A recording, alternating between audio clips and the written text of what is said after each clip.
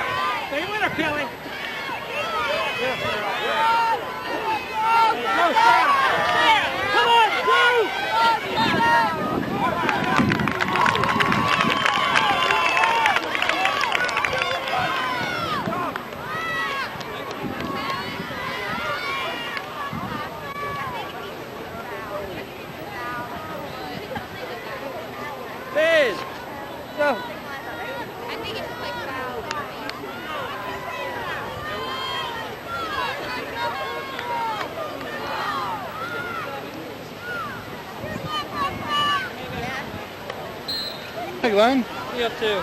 How much? One time this year. Went right by me. I put my hand out. Yeah, I was going to break your arm off. Don't break me over the back. How's life treating you? Keeping busy? How is Siegel these days?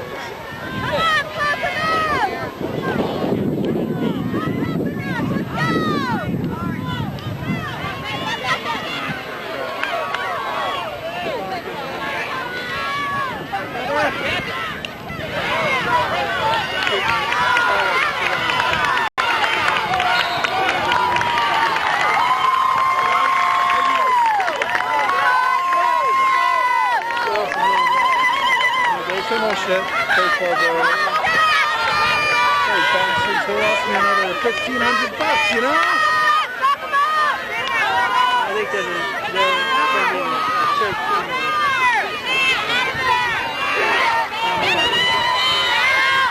All right. The manager thing going on.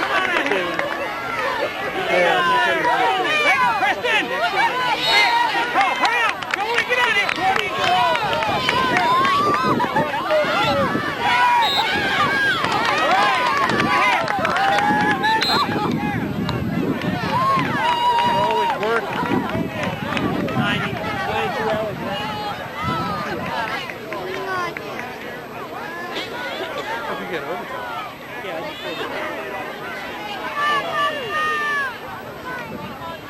Yeah, I mean, you know, it can, you know, it's not taking the main stuff.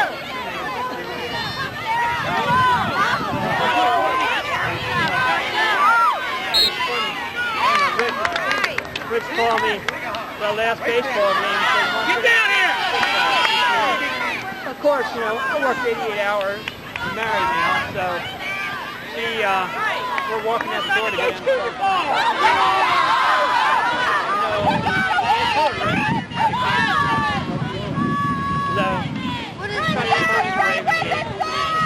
That's fine, Danny.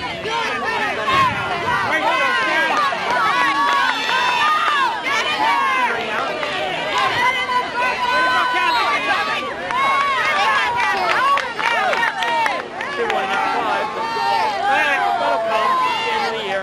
Put the money away, you know. And then if you don't even know when you need to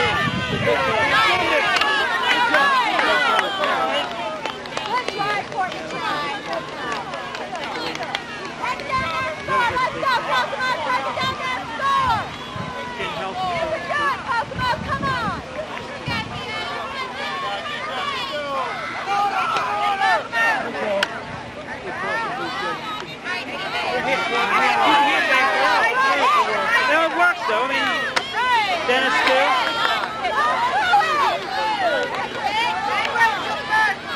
I went.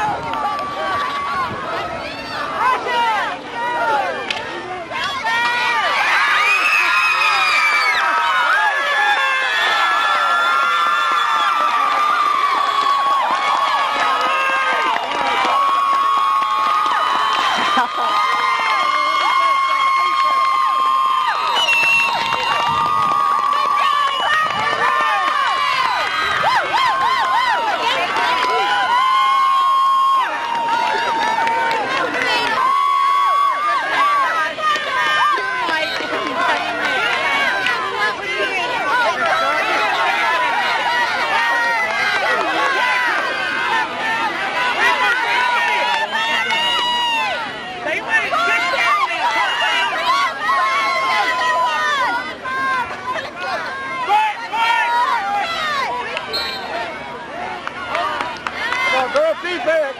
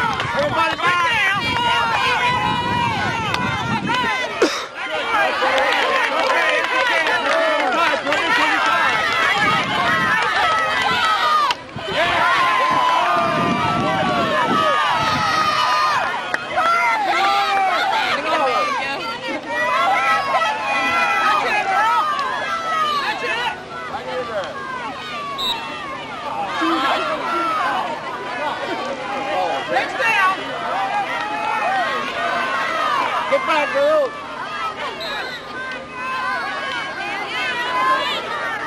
Come on, girl. That's it, Joey.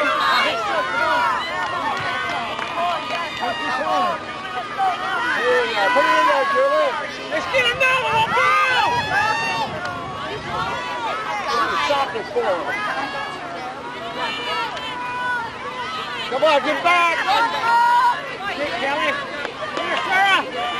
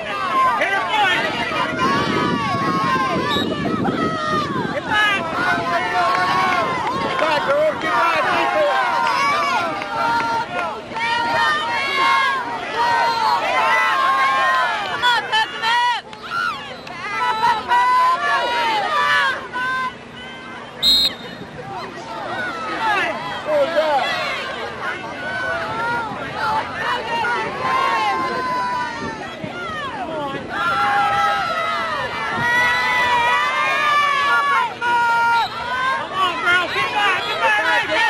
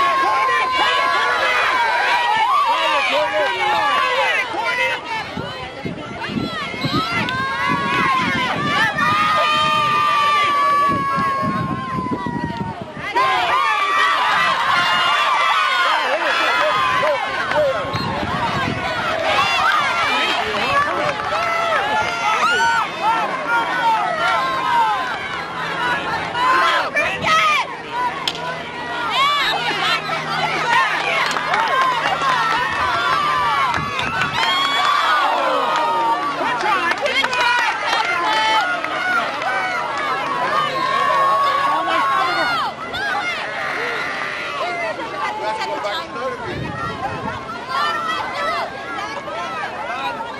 Stay with it! Stay with it!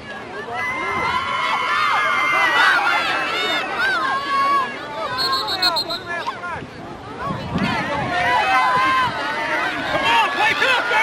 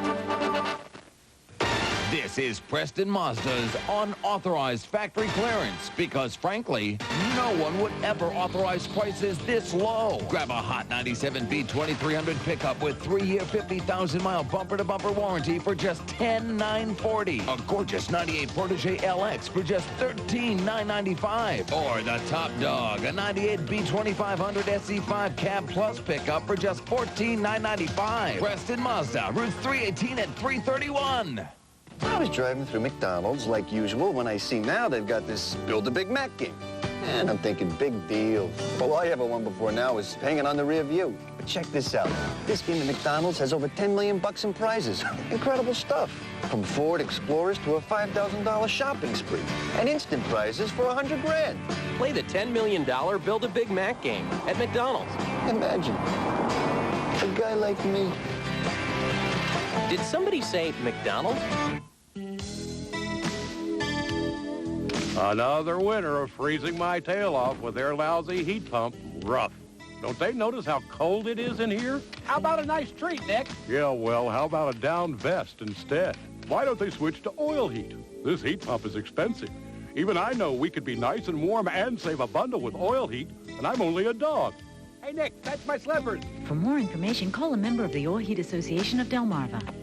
Wish I could call. At Show Chevy Olds, you can still save thousands on the purchase of a GM program car. 97 Cadillac DeVille's $25,995. 96 Cadillacs $21,995. 96 Luminas, 97 Achievas, 97 Cavaliers, your choice $10,995. 97 Luminas or 97 Monte Carlos $12,995. 96 Cavaliers $99,995. 97 Astrovan with rear AC just $16,995. The peace of mind of a factory warranty at less than wholesale prices. We got some good news and we got some bad news regarding local field hockey. You going to start with the good news? I'll start with the good news. You always want to start with good news. We've got some high school news that's good. It's good to be a senior field hockey player for Pocomoke High School. 4 years on the team and 4 state championships. Today, the Warriors won another title by beating Kent County 5-0 at Goucher College. They played this game at Towson, where the Warriors seem to end up every year. They would get on the board early on. Brandy Shobe gets the stick on the ball, knocks it in on the deflection. It is 1-0 Pocomoke. More to come. Some good passing. The Warriors move it around to Julie Bird. She rockets one through the pipes, and Pocomoke was ahead 2-0. Move on to the second half. Warriors up 3-0. Big crowd in front, but Brandy Shobe is there to knock in another goal. The Pocomoke fans sensing the win with their team up 4-0. And then Brandy Shobe comes up with her 4th goal of the game. And the Warriors win their 4th straight with a 5-0 win. They claim their 4th consecutive state championship at Goucher College. The whole team played a fantastic game. Every girl on that field played their hearts out and played awesome. I'm very happy with them. I'm very pleased. They couldn't have done any better today. And for my 3 seniors that have been there 4 years in a row, what a way to finish. Well, ever since our freshman year when we won it, all three of the seniors have always wanted to win 4 in a row. It's something that Pocomoke's never done, and we just knew that nobody could ever beat it, and it was something we carried with us throughout our lives. And congratulations tonight to the Pocomoke Warriors. Also congratulations to Kent County. The Trojans had... No. The game was played at Goucher College, and the Warriors wasted little time getting on the scoreboard. Brandy Shobe knocked one into the cage, and it was 1-0.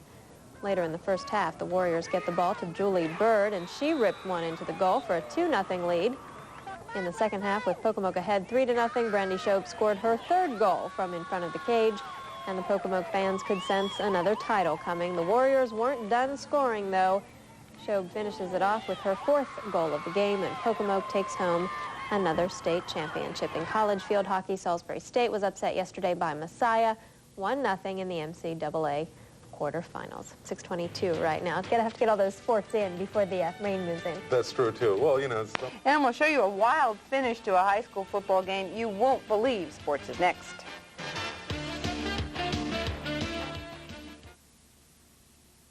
There are cars that are built to appeal to your passionate side and to your practical side. For the passionate, cab-forward design, and at no extra charge, a new luxurious leather-trimmed interior with an 8-way powered driver's seat. Now for the practical side, the new Chrysler Cirrus LXI with all this is just $18,495. Loaded. Chrysler, engineered to be great cars. Get $1,500 cash back or 1.9% APR. So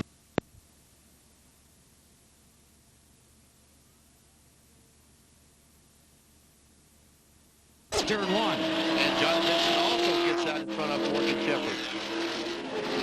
Now, folks, here's the car that we talked about, Jeremy Mayfield, right there. The car that the engine is going south. That's in turn 2. And we don't know if there's any fluid coming out of the car or not, but that is Jeremy Mayfield. Now, the next time that the cars come by, we'll see where Jeremy comes off the corner. The next time that the cars come by, we see Musgrave. No, he's too high on the racetrack. Musgrave did not get in any fluid. He was too high on the racetrack. So I'm glad we were able to solve that puzzle. He may run into those marbles that we've been talking about most of the afternoon, way up high there. He was very high, and there all of a sudden we're going to see, boom, right here is going to be a heavy blow from the 25 car. That blow came on the passenger side of Musgrave's car. Here it is from Ted's onboard camera.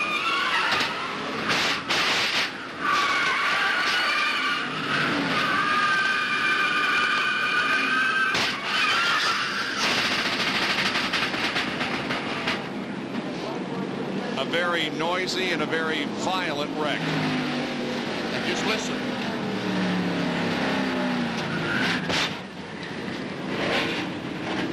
Man, oh man. Oh, some dramatic shots there for you. There is Musgrave looping it. Now watch Rusty Wallace come along. There he is on the bottom. He's out of control, slides up the racetrack, makes contact with the outside wall. And Rusty almost hit that wall head on. Yep. Now the cars are going to the inside, trying to avoid. Jimmy Spencer goes between the 2 cars. Now he goes. Bill Weber, what's going on in the pits? Jeff Burton is back for his 2nd stop under this caution. He ran into Rusty Wallace with the right front side of his car. So they've made a giant tape Band-Aid. They worked on the right side last time.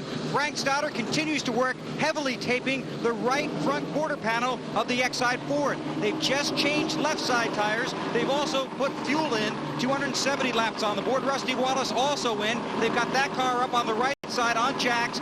They tear out one of the crush panels on the right rear. Meanwhile, they continue to work on the 99, still pulling the sheet metal away from the right side. Burton wants to go, slowly creeps off and takes off. And they continue to work on Rusty Wallace's Miller Lite Ford here on pit road. So the crash was costly for several of those who were up in contention for this race. Rusty remains on pit road and now rolls away.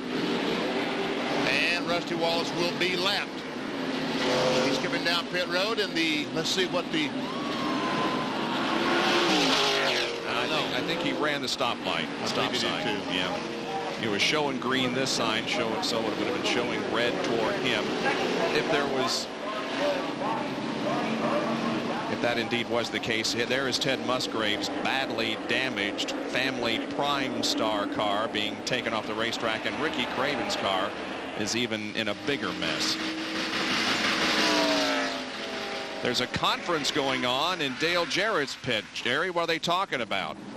Well, it was sort of a team conference, Bob. The 88 pits and the 28 pits were together, and Robert Yates was involved. What they were trying to discuss here a moment ago was who had what tires left in case they do have to come down pit road one more time. They're not planning another pit stop for either car, but who had sticker tires, who had scuffed tires, and most importantly, they came up to Robert, who runs the show, Robert Yates we're talking about, said, let's check and see, make sure we can both make it on fuel. They both said they're okay on fuel, but one guy who won't make it apparently going behind the wall is Rusty Wallace. Yeah, the Miller Lite Ford is behind the wall, and so Rusty Wallace's day may be over. At least his possibility of winning this race is over. Jeff Burton, they continue to work on his car. He goes back out there. We'll be back after this message and a word from our ABC stations. The overhead view once again of Atlanta Motor Speedway from the Pennzoil copter cam, circling over on the back stretch, but giving us the shot of the front straightaway, which will be the back stretch next year because they're changing the configuration of this racetrack, and it will be ready for November. And they're also building new grandstands over on what will become the front stretch. So, folks, if you want to see the final race of the 1997 season here at the Atlanta Motor Speedway, they're ensuring that you can. 37,000 new seats going up. Rusty Wallace is behind the wall, and you see he's out of the car, and the crew's still working on it, trying to get him back into the race. Let's go to Bill Weber. And Rusty Wallace has been watching his crew work on his car. I know you're disappointed. What happened out there, man? Well, I don't know what happened. A couple cars took on 2 tires, and I don't know if they got loose by doing that or what, but right before that, Robin says, watch for oil going into turn 1 and 2. And then I saw Musgrave getting real loose and spinning on top of the racetrack, and I went to the bottom. The car, whoever's behind me couldn't get slowed down. I got tagged in the back, and that was about it. You guys really worked hard to get back on that lead lap, too. Yeah, we started 38th. We're up to 7th, and the car was running pretty good. We loosened it up right there at the end. I think I had a good car.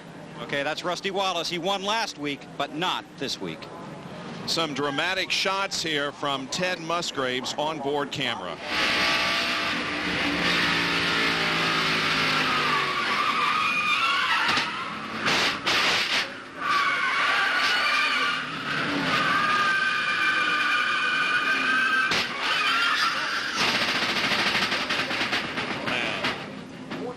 Fasten your seat belts in your easy chair as we ride with Ricky Craven.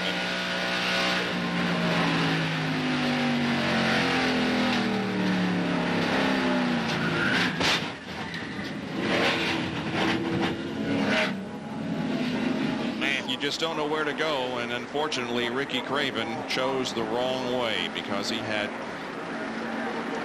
just total impact there with Ted Musgrave's car. And we see all those fellas cleaning with the oil drought, trying to clean up the racetrack. This is really playing in the hands of those fellas that we thought about might not can make it. These caution laps have reduced speed. They're not using nearly as much fuel, and they should be able to make it now.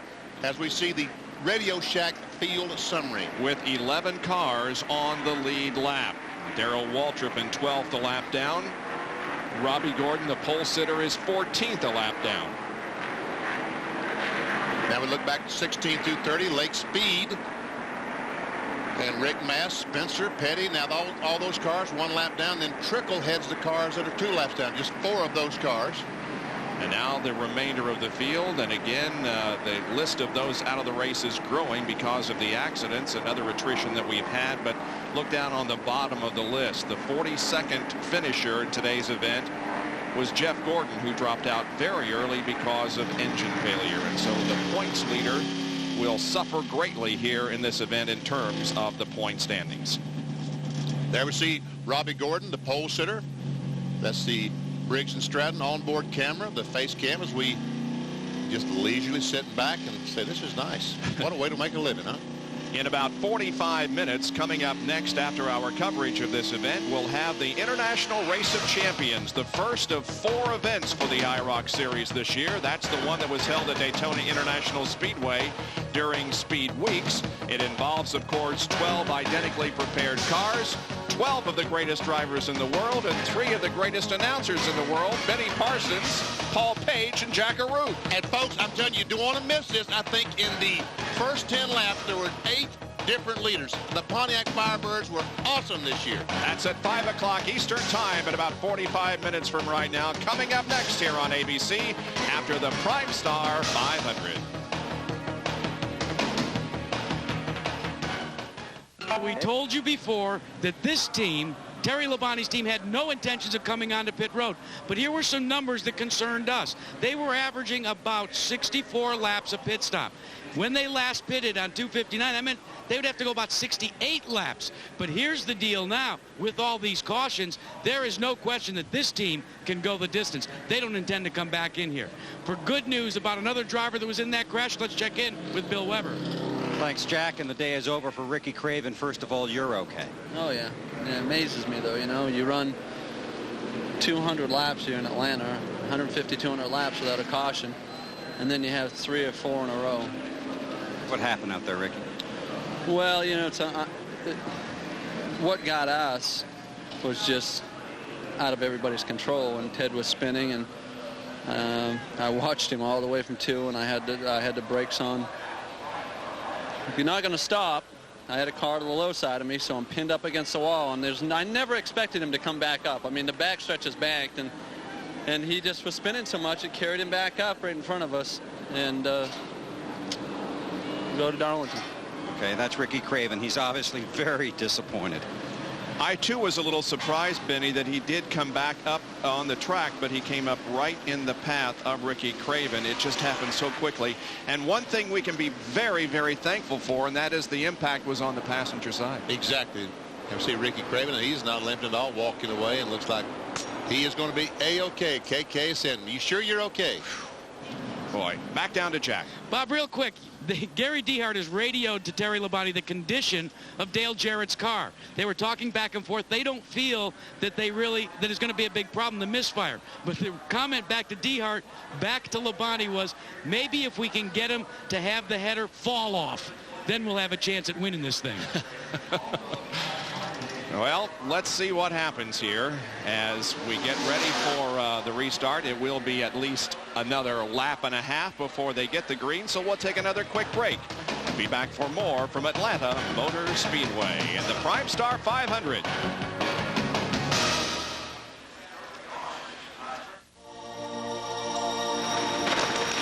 Ready? Sure am. To the Prime Star 500 continues from Atlanta Motor Speedway, and the teams have just been given the 1 lap to go signal, and the overhead shots courtesy of the Pennzoil Copter Cam. You can see them lining up 2 abreast for the restart. Had a jet dryer around the backstretch to blow some of the oil dry away that was put down following that crash that involved Ted Musgrave and Ricky Craven and others. Well, here are the points leaders going into this event, where they started and where they are now. Jeff Gordon, of course, started 23rd, was the first out of the race. Terry Labonte from 2nd to 3rd. Jarrett from 9th to 1st. Rudd from 25th to 40th. And Craven, 13th. He's out of the race. Rudd has just gone back into the race, and so has Rusty Wallace. Now, if points were awarded at this very moment, Jeff Gordon would fall to 4th in the point standings. Jarrett, Terry Labonte, and Mark Martin would be ahead of him, and Bobby Labonte would be 5th in the point standings if those points were awarded right now. Okay, here we go. Car should be able to go the rest of the way. Pace cars off the racetrack. Green flag is out.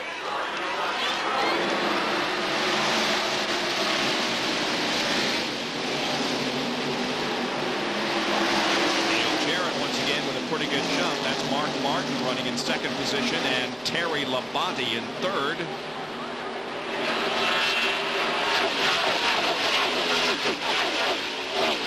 Garrett Walter running right up there at the front of the field, but he is a lap down. We look back on Terry Labonte from Mark Martin's car. And here comes Robbie Gordon out of nowhere. Wow, where did he come from? He's a lap down in 14, but obviously wants to get the lap back.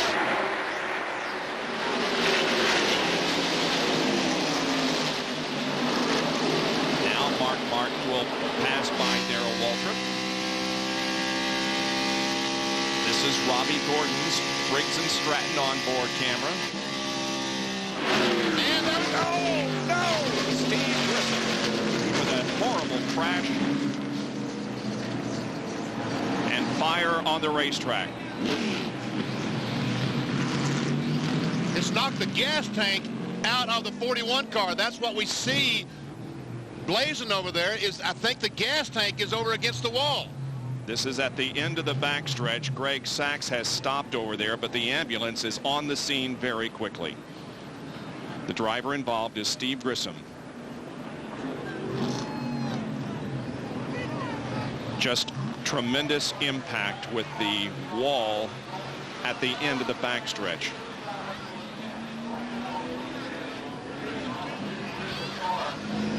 That is not where he made contact with the wall, but I think that would be the gas tank. I think it, have to wait and see. Yeah. There's not much you can say at this point except let's just hope and pray that Steve Grissom is okay. The fire crew also quickly on the scene. They have that fire extinguished already. You can see the angle of the wall there at the end of the backstretch. Here is a replay. And we see him back at the very end of the screen. Right there. Right there is the white car. And Spencer sideways, and Steve Grissom trying to dodge Spencer. Just all of a sudden, boom, and look at the car go up in the air. That's the Mike Skinner car. Yep. Mike Skinner and Steve Grissom trying to dodge Skinner. I mean, the 23 car of Spencer. And look, there's the gas tank. Yes. Hang on a second. I'll show you this gas tank, folks, as it goes across the racetrack. Right up there is the gas tank. And it makes contact. It impacts the wall and then splits open, and the fire begins. I think other cars will go through there, and the exhaust is going to ignite. There we see that car. That's Mike Wallace's Spam car. Goes through the gasoline and ignites it as it goes through. And there is Kenny Wallace as he goes through also. May have made contact there with Grissom's car as it still has not stopped rolling or pirouetting. And the wall just, and there is where Grissom made contact with that inside wall, and it split it right in two in several places.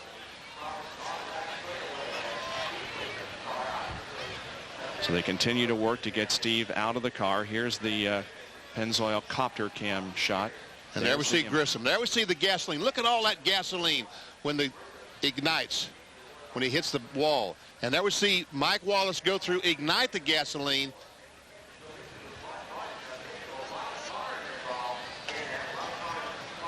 Wow. Steve Grissom, originally from Alabama, has been making his home in Concord, North Carolina, driving in Kodiak Chevy, owned by the Larry Hedrick team. Obviously, you can see that the race has been red flagged by the NASCAR officials to get all the safety equipment there that they need.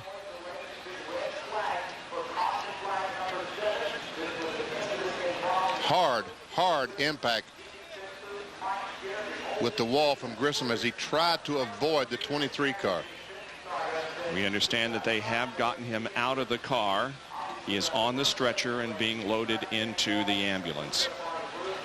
Steve is married, his wife Susan. They have one child, Kyle, who was born back in 1989.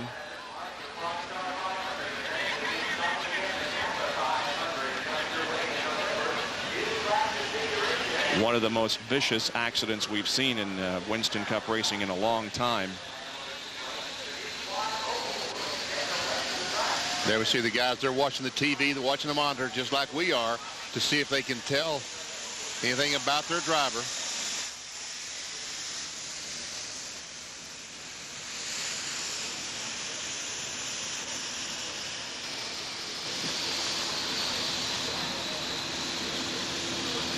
I'm told that he right now is holding his own oxygen mask as they place it over his nose. He appears to be conscious. His eyes are open, and he is holding his own oxygen mask. Wow.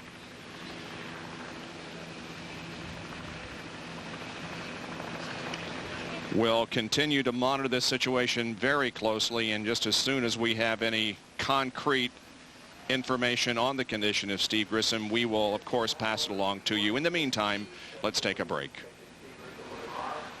Because of a horrifying crash involving Steve Grissom. Now, we did see him holding his own oxygen mask as he was loaded into the ambulance, and he even waved as he went into the ambulance. The ambulance has arrived at the Infield Medical Center, and of course he will be checked over there, and if necessary will be transferred somewhere else. This accident occurred very, very quickly, as most of them do. We're going to take another look at the replay, since we now know that apparently there's no serious injury.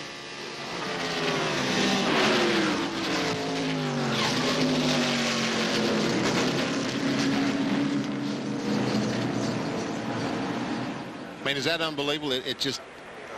It's unbelievable how quickly that Steve Grissom is going straight, and the next instant he's going straight into the wall and backs into the wall, and then over he goes. And gasoline is thrown every place. Mike Wallace goes through it, ignites the gasoline. Kenny Wallace comes through, almost hits the 41 car as he's coming to a stop. And now we'll take a look at it in slow motion. Back here is the car that we're talking about. There's Grissom. There we see the 23 car. Now then, the 23 car is spinning. Now Steve Grissom tries to avoid him. He turns. He does avoid him. Mike Skinner comes along, boom, and runs over the 23. Now here comes the 41. Pieces are coming off the car. The flaps come up to keep the car on the ground. Now watch the retaining wall as he makes contact. And this guy here needs to turn around and look the other direction. And boom, the wall just comes apart. And then he comes off the wall, and all that is gasoline. And here goes the gas tank across the racetrack. Jeff Bodine goes by. The gas tank goes up against the outside retaining wall and stops. And as Mike Wallace comes through, he will ignite. There he ignites the gasoline. And here's the 81 coming along, and he makes slight contact with the 41 car right there. And the 81 car did have some significant damage as a result of hitting mostly debris that was coming off of Grissom's car. There's another view of the wall that was just shattered when Grissom hit it. One thing in Steve's favor, he was a tremendous athlete at Gadsden, Alabama High School. Here's Bill Weber. Okay, Bob, we're back here at the Infield Medical Center, and several team members and family members from other teams have been into the medical center, and I just spoke with Diane Bodine, who came out and told me that Steve is complaining of an ankle injury, and that's it. His wife Susan is in there. They have spoken, so Steve appears to be okay. He does have an ankle injury. That's what he's telling the medical people right now, so we'll have more information, but right now it certainly appears to be extremely good news for Steve Grissom after a horrifying crash on the backstretch here. Well, I'll take an ankle injury for what he could have come out of this with, huh? Yeah. I mean, there's no back of the car. It's completely gone. The Kodiak Chevrolet, it's just gone. They do now have the car righted, and we'll put it on the rollback and drag it back to the garage area. There's not much left to take home, but maybe the engine is still good. And again, Steve continues to be in tremendous shape, and I think that's one thing that is in his favor. He was the Gadsden, Alabama High School football team captain in 1981. In fact, turned down a football grant to Alabama because he wanted to drive race cars. He also played basketball and baseball at Gadsden High School. Jerry? And Bob, he turned down offers to play at Alabama and Auburn as a high school All-American. Now, the pace car a moment ago came up to the start-finish line and stopped. That's the second time the car has come there. That time it came to pick up Ed Clark from Atlanta Motor Speedway. A moment ago it came and picked up Mike Hilton, the vice president for competition for NASCAR, who came down out of the NASCAR booth and has since gone to the backstretch to look at that cracked concrete wall. They want to survey where the wall is broken, if it presents a problem for the teams to be able to complete the race. race and what must be done, if anything, to fix the wall and how quickly they could fix it. There's the work continuing over in turn 3, the damage, and there are people there surveying that crack in the concrete.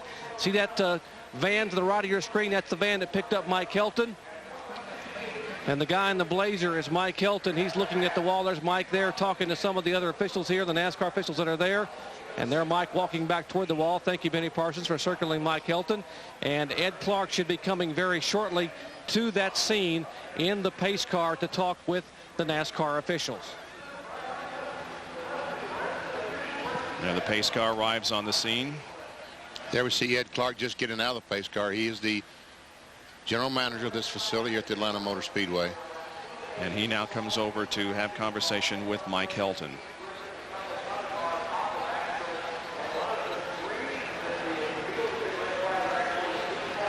Well, you can see that there is quite a bit of separation there, that grassy area between the concrete wall and the chain link fence that keeps the people from the racetrack. Yeah, you see there's dirt behind that wall. Mm-hmm. The top of the wall, I mean, the wall is cracked, obviously. It's obviously cracked all the way down, but there's a lot of dirt behind that wall. Now we see the crew still trying to put the 41 car. What's left of the 41 car doesn't even look like a race car because the back half is missing. And they're having difficulty getting it even on the rollback.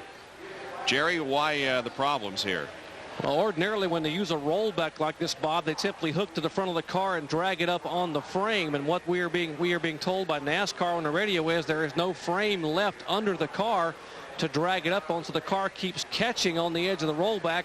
They finally decided just to get the front of the car on the rollback, pivot the rollback forward because the back of the car doesn't exist anymore, and that'll be enough to get the car pulled off the racetrack. But you know, look at this car. I mean, the back of it's gone, but here's where the driver sits, and that really and truly is in good shape. Yep, they build these cages that the driver sits in, very strong, and fortunately for Steve Grissom, it held up well. Wow. Look at that. The axle housing itself, they're hauling it back with a record. There's a trailing arm. The thing, this piece here is one that you've always heard about, the long trailing arm, the truck trailing arm. That's what that is. It's been broken loose, sheared loose from the cross member up of the transmission where it hooks.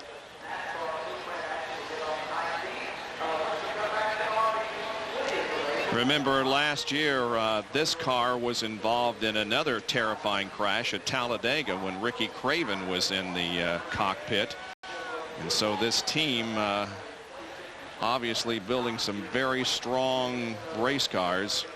And NASCAR, Gary Nelson, his guys are ensuring these guys that the drivers at the race cars are built safe. They'll look at this car. Gary Nelson and all of his guys will go over this car and say, look, is there something that we can do to ensure that this doesn't happen the next time? But again, with an impact like that, fortunately the car did tear apart. Yeah. I mean, it's an impact like that, it's going to tear up some stuff. Yeah, often when a car flies apart and disseminates that energy, it keeps it from the driver who might otherwise suffer the injury. Well, some cleanup going on back there. They're throwing some blocks of concrete that have been broken away from the wall. As to what they have decided, if anything, to do about this situation, we don't know at the moment. Ed Clark and Mike Helton both remain out there supervising the cleanup and what might amount to some repair to that wall. Well, 284 laps have been completed here under the red flag because of the Steve Grissom accident. Back in a moment.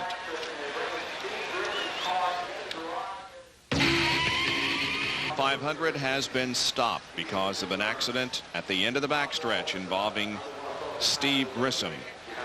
He is in the infield care center, and the latest update is that he is complaining of an ankle injury, but other than that, apparently he is okay. Well, we can't overemphasize the amount of safety that is built into these cars.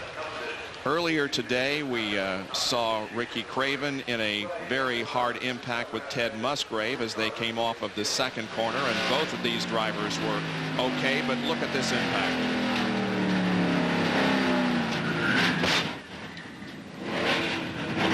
I mean, you're doing 60, 70 miles per hour, and you stop in the matter of feet. And we've talked to both these guys, and they said, man, I hate it happen. But they're okay. And now, this accident just a few minutes ago that scared the heck out of everybody.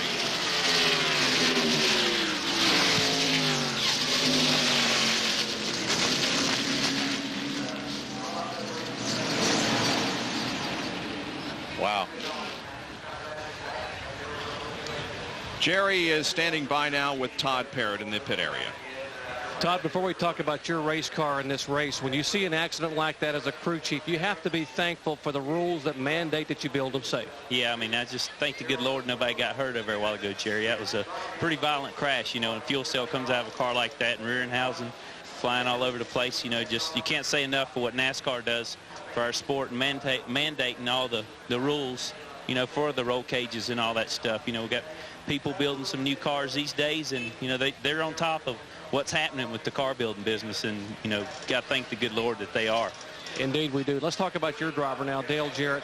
The problem at lap 190, the ignition goes away, goes to a backup ignition, and boom, a head or two breaks on the car. How much of a problem will that be in these final laps, or will it be?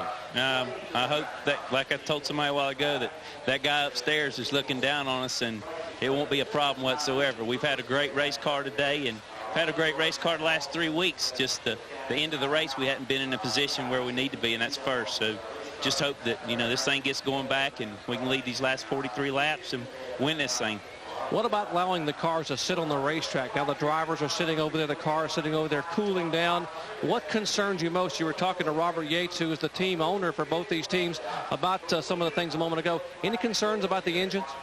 No, I mean, just like I said, I mean, we're just sitting here with our fingers crossed, hope that there's nothing going on inside that little thing. You know, there's a bunch of pieces sitting over on that back stretch, and anything can happen. You know, this is racing, and just hope that that thing fires back up and we can run up front. You know, the pit crew's done a great job all day, and can't say enough for this Ford Quality Care, Ford Credit Thunderbird team. Well, maybe after leading the most laps the last two events, you will finally get one today. Yeah, maybe we can get one, and I can bring a big trophy home to Tyler. He's last 2 weeks when I got home from the race, he said, Dee, how come you didn't bring home the trophy? So maybe today we can bring it home. Well, you can see how emotional it gets just thinking about a victory as the new piece of wall goes in over in turn 3, and some of the strategy being played out here in the pits. The fingers are crossed down here in the Yates pits. How about up where you are, Jackaroo? Well, Jerry, you were talking about the fact that the cars are isolated away. The biggest thing that Gary Dehart wanted to talk to his driver about was not the condition of his race car. He was checking the monitor here on the War Wagon and trying to update Terry as to the condition of the drivers. So you're pretty happy with the condition of your car right now? Jackie, we can't outrun that Ford right now, so no. We could be a little bit better, I guess. What happens when you do get up there and you start running with them? What happens to the car? Well, when we get directly behind somebody, the front end, this arrow thing, you know, take off and want to push a little bit. Plus, we've been loose a little bit all day long, too. So we're just not set up like we really need to be. We could be a little bit better, you know, but you know, we're pretty good. We're pretty good. Must be pretty good to keep up with the 88 car. You know, they got a lot more horsepower than we got. Now, when you, okay, we're going to let you politic for that, but let's talk a little bit about some of the, you know, I was fascinated during the stops, not making a lot of major changes. You were dialing that chassis in a half pound, a pound at a time in the air pressure. These cars have become that sensitive. Yeah, Jackie, they are. You know, we do half pounds. Sometimes we do them all the way around. Sometimes you do it just rear, just front. Depends on what it is. You just got to do what you got to do all day long. That's about the only adjustments you got. You can play with wedge and track bar up, down, stuff like that. But, you know, that's air pressure is your biggest thing, really. Bob, you can tell that we've known each other for a long time. This is one of the few guys on pit road that still calls me Jackie. Yeah, I've been tempted to do that several times today, but I've controlled myself. And there, of course, is the car that Gary was talking about, the number 5 Kellogg Chevy driven by Terry Labonte, currently running in 4th position. You can see that some new concrete is being brought in back there, and they've even got a backhoe out there to reinforce the wall that was shattered by Steve Grissom's impact. Let's take a look at how they are running at the moment, with Dale Jarrett in the lead and Mark Martin second, then Ernie Irvin. Terry and Bobby Labonte are fourth and fifth. Michael Waltrip is sixth, then Dale Earnhardt, Morgan Shepherd, Johnny Benson, Jeff Burton, and Bobby Hamilton is the last car on the lead lap. And Darrell Waltrip, Ward Burton, Robbie Gordon, Lake Speed, that rounds out the top 15. 16 through 30, we see Mast Andretti. Spencer was involved in the crash over there. Kyle Petty. Grissom also involved in the crash. Skinner also involved in the crash. Dick Trickle, Brett Bodine, Chad Little, Jeff Bodine, Sterling Marlin, the David Green car, Kenny Wallace, Kenny Schrader, and Rusty Wallace. Here's 31 through 42. Musgrave is out of the race. Mike Wallace, we saw him ignite the fire over there. And Jeff Gordon, the first car out today. Bill Weber has the interview that we've been wanting to hear. And this is Susan Grissom, Steve Grissom's wife. And first of all, how is he? He is fine, what will be expected. I have talked to him. He talked to me and Kyle. They're just checking him out. His ankle was bothering him, but other than that, he asked what happened. So I think he's going to be fine. I just appreciate all the concern and all the prayers and all the wives that have come over, and it's amazing just what NASCAR is and what, just a family. Okay, I can feel you're shaking. You're okay. I want everybody at home. He's fine, and we'll be home soon. All right, thanks, Susan. Okay, thank you. Back up top, guys. Yeah, this is a family affair. I mean, when something is threatened, like we had just a few minutes ago, it becomes everybody's concern. Oh, yeah, Steve Grissom only lives about 2 blocks from me up in Concord, North Carolina. So we see they're digging a hole out behind the wall to put this new piece of concrete behind there to reinforce the wall. That's what they've decided to do. Given no estimate right now on the amount of time that might be involved here. Benny, we talk all the time about what it does to the cars, what it does to the crews, but you've sat at the keyboard of these things and you've had to sit through a red flag or two. What does it do to a driver? You've had the adrenaline going for 2.5 or 3 hours, and all of a sudden it comes to a stop. You're concerned about your fellow driver. What's going through those drivers' heads out there? I think that's right now what they're most concerned about, and I hope that all the word can get back there, that we've talked to Susan Grissom, and that Steve is okay. I hope that all these guys are able to get that information, because they are concerned about him. But once they start the cars back up and NASCAR says, okay, we're going to race for these last 30 or 40 laps, hey, they've got a job to do. They know they've got the job to do, and that's try to beat that guy in front of them. That's the job that they've got to do, and they will try their best to do it. And, Jackie, I believe that they will simply put this out of their mind. You got to do that because the race must go on, and it will resume here before long, we hope. But right now, red flag as the repair to the concrete wall out of the backstretch continues here at Atlanta. Back in a moment. You buy Team Monte Carlo, Chevy, the cars more champions trust. Haviland Formula 3 motor oil. Add more life to your car. Brewery Fresh Budweiser, who reminds you fresh beer tastes better. And the more than 1,500 AutoZone stores across America. AutoZone, the best parts in auto parts. And we welcome you back to the Prime Star 500, where the red flag continues to be out here because of an accident on the backstretch that has apparently resulted in no driver injury, but the inside concrete wall in the backstretch has been severely damaged, and they're making repairs to it. So until we can get that situation repaired, we are going to remain under this red flag. Here is what caused the damage.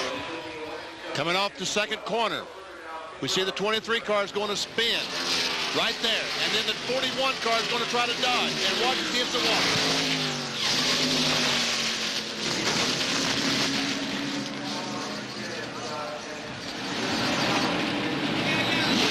Driver of the 41 car, Steve Grissom, he is reported to be okay, although possibly with an ankle injury. We've talked to his wife, Susan, and she has very optimistic news regarding Steve Grissom. There is the piece of concrete that is going to receive Mark Martin as he has his helmet off. He's trying to look into the sun. And Jerry Punch is with his crew chief. Well, while Mark Martin lounges over in turn 2, we'll talk to some of the Valvoline crew here. Jimmy Finnick, the crew chief. First of all, Jimmy, you sit second right now, 44 laps to go. Do you have anything at all for the 88 car of Dale Jarrett? I don't know. I don't think there's anything left in the car. If there's anything left, Mark's got something left. But that 88's been strong all day. We'll just have to see.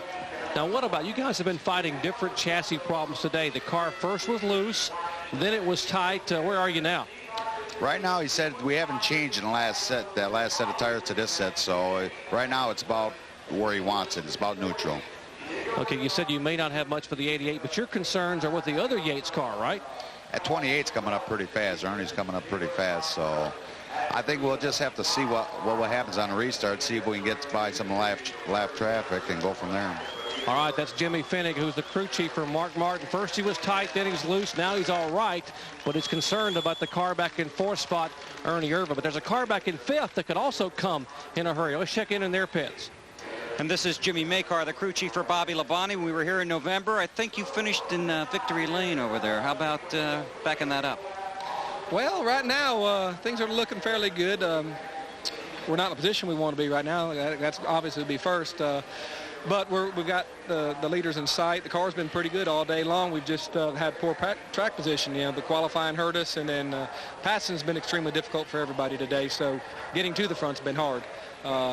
But the car's been fast. You know, on these long green stretches, we've been able to close in on Dale. So we just need to get a chance to get up there and race with him and see what happens. A couple of things have happened. I think you guys got trapped in traffic on one of the restarts, and then I know you went over to the 21 bunch and asked Michael to look at, I think, your right front. Yeah, Bobby thought he might have run over something and possibly had a tire going down.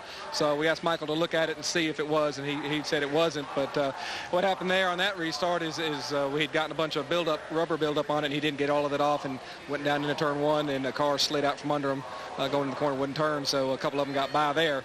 So we learned a little lesson and scuffed them a little harder the next couple times, and it's been okay. Okay, good luck when we get this thing restarted. Okay, thanks a lot. Jerry Punch. We're with Robert Yates, who owns the car 88 and the car 28 that are currently 1st and 4th. And Robert, what we're hearing, we know the 88 car is strong. We're hearing the 28 car is going to come in a hurry when they drop the green flag. Now, that's a good problem to have. Well, it is. You know, the 88 car is really dialed in today. I'll tell you what, they've been awesome all day long. And, you know, they've had a few things get them at the end of the race. Not as bad as it does in the 28, but I just like to get out of here with 1-2, either way, however it falls. Now, you know how Rick Hendrick feels when he has 3 cars out there battling that they were in Daytona for 1st, 2nd, and 3rd. What happens to you? Do you hide those last few laps if it is Jarrett and Irvin battling for the win? Well, I'll tell you, this business always makes you nervous, and having 2 cars out here, I guess, makes you double nervous, and I don't see how Rick Hendricks could stand it. All right, that's Robert Yates. He has 2 of the cars in the top 4, and 2, if you believe people on pit road, who could have a good shot at battling for the win. Let's check in once again with Jack Root, who's caught up with the Earnhardt crew chief.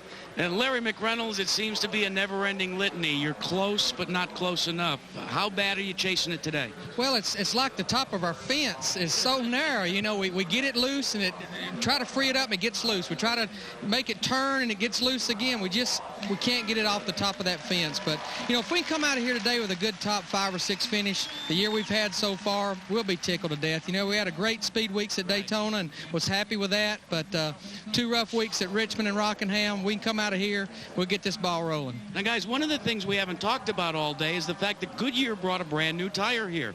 Has that put you at odds a little bit, trying to figure out how the tire reacts when you put it on the car? Well, Larry McReynolds at odds a lot of things. You know, I don't have nothing different from what I raced here last year. You know, the tire's different, working with a Monte Carlo, chassis is a little bit different. We got the cold air boxes, but I ain't going to give up. I'm going to keep fighting and keep trying. I think I got the greatest race car driver that's out there to work with, and he deserves to be back up front. There's another guy that's really done well today, Michael Waltrip, and Bill Weber is with the 2nd-generation leader of the famed Wood brothers. And Eddie Wood's just sitting here watching a little TV, trying to keep up on what's going on. What a spectacular day you guys are having. Yeah, we've had a pretty good day so far. Michael's been running really well. We seem to be better on a long run because he runs up high. And we're a little tight in the middle of the run towards the end, but everybody else seems to be getting worse too. But by the time we really get rolling, either a caution comes out or it's time to change tires, and they kind of get away from us again. So we're kind of hoping for a long run right here. How did he find that high groove? He is really running up there. I don't know. I didn't get to watch the Busch race yesterday, but I asked him a while ago. I said, "Did you run high yesterday?" And he said, "Nope, not a lap." So he just went up there and found it, and immediately when he did it, he picked up like 2/10. And so we just decided to stay up there, and we were getting ready to adjust the car because it was too tight down on the bottom. And when he moved up, it just fixed it. So, you know, like I said, we're still a little bit tight, but I'm scared to death to mess with it, you know. So I think we're going to just leave ours alone. So a long run, and maybe you can rope in the 88 and some of the other guys. I don't know whether anybody's going to catch the 88 or not, but, you know, like I said, I said I'd like to have a long run. Being as I said that, we'd probably need a caution. You know, it's everything I think it goes backwards. So I don't know. I think we're going to be okay. Okay, you've had a great day. Good luck down the stretch here. Thank you, sir. Michael Walter, by the way, finished third in yesterday's Busch Grand National race held here at Atlanta. Well, coming up next after our coverage of this event from Daytona International Speedway, the International Race of Champions, with drivers like Al Unser Jr., Jimmy Vasser, Dale Earnhardt, Terry Labonte, Jeff Gordon, and others. 12 identically prepared cars. That's on ABC Sports next after our coverage of this event.